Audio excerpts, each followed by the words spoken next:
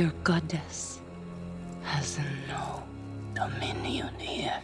This line from Varang perfectly represents her entire worldview. It tells you everything you need to know about her. In one sentence, Varang separates her world from everything we thought we understood about Pandora, and establishes herself as someone who doesn't just oppose Eywa, she exists outside of her. We're not looking at a villain who's disconnected from Pandora. We're looking at someone who rejects it on purpose, and more importantly, rejects Eywa. A weak mother for weak children.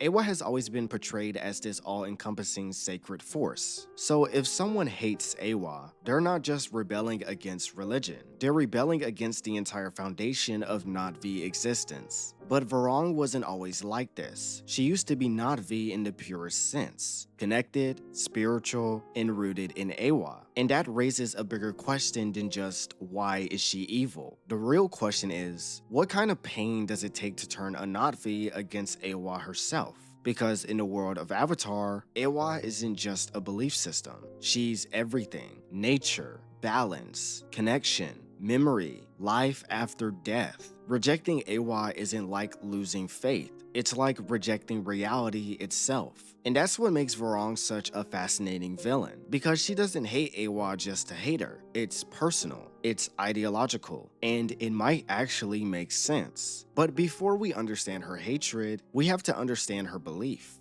Varang wasn't born a villain. She was born Na'vi. That means she grew up in a culture where Eywa isn't questioned, where Eywa knows all. She's in the trees, the animals, the ancestors, the connections between all living things. For most Na'vi, Eywa isn't something you simply believe in. She's something you feel every day. So Varang likely grew up learning to bond with animals, connecting through the Sahelu, listening to the voices of her ancestors, and trusting that Eywa provides balance and protection. That last part is important because everything about Na'vi life is built on trust. Trust that Eywa will guide. Trust that Eywa will protect. Trust that suffering has meaning. And that's exactly what makes what happens next so devastating. The fire came from the mountain when I was little.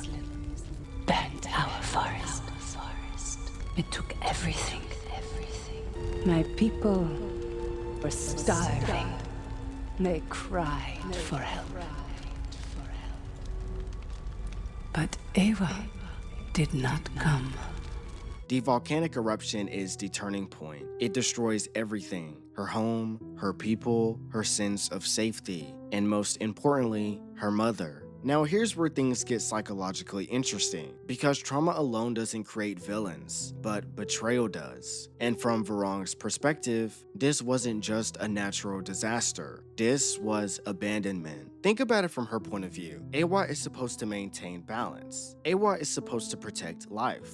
Eywa is supposed to be present. So when a volcano erupts and wipes out her world, where was Eywa? Why didn't she stop it? Why didn't she warn them? Why didn't she save her mother? And this is where her belief system starts to fracture, because there are only a few ways to interpret something like this. Either Eywa couldn't stop it, Eywa chose not to stop it, or Eywa doesn't care. And none of those answers are comforting. Most Na'vi would try to rationalize this. They'd say, Eywa has a plan. Balance must be maintained. Death is part of the cycle. But Varang doesn't accept that. She doesn't spiritualize her pain. She personalizes it. She turns grief into anger. And that anger needs somewhere to go. So she directs it at the one she trusted most, Eywa. This is the moment where her mindset shifts from, I believe in Eywa, to Eywa failed me. And once that idea takes root, everything changes. Rejecting Eywa isn't just a spiritual decision, it's a cultural death. Na'vi identity is built on connection. Connection to nature, connection to ancestors, connection to each other. But Varang begins to see connection as weakness, because in her experience, connection didn't save anyone. Connection didn't stop the fire. Connection didn't protect her mother. So she replaces connection with something else. Survival. Not harmony, not balance, just survival. And survival doesn't require Eywa, it requires strength. And this is why fire is the perfect symbol for Varang, because fire is everything Eywa isn't. Eywa represents growth, life, and interconnection. Fire represents destruction, isolation, and power. Fire doesn't ask for permission. It doesn't maintain balance. It consumes. And that's exactly what Varang becomes. She aligns herself with something that reflects her worldview. The world is cruel. The world takes. So the only way to survive is to take back.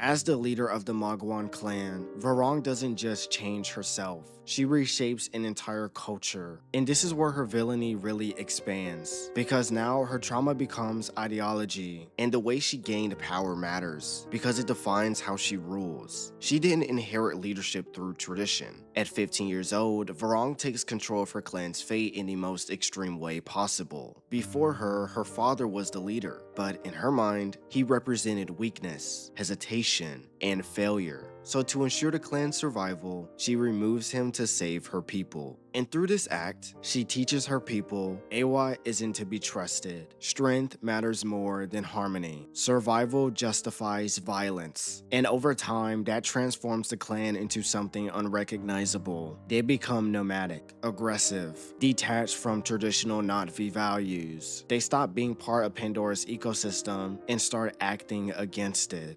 You want to take on Eywa? You need me. I see you.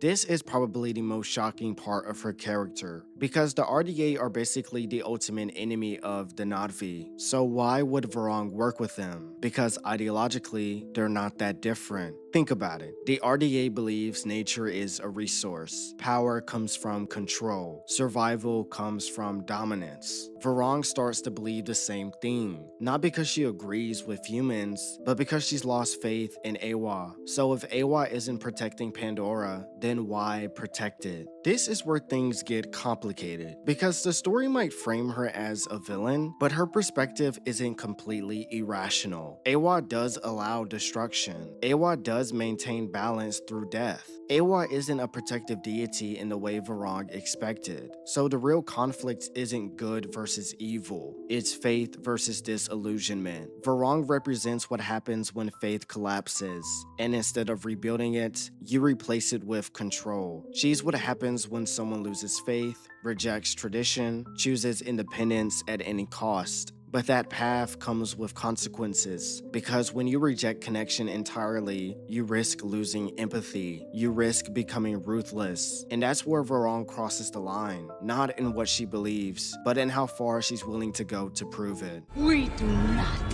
lie down and die just because Eywa turns her back on us.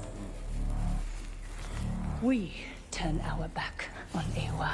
At its core, Varang's hatred of Eywa is rooted in three things: grief. She lost her mother, her home, her identity. Betrayal. She believed Eywa would protect her, and that belief was shattered. And lastly, powerlessness. She couldn't stop the disaster, so now she refuses to ever feel powerless again. And that leads to her defining trait. She would rather destroy the world than trust it.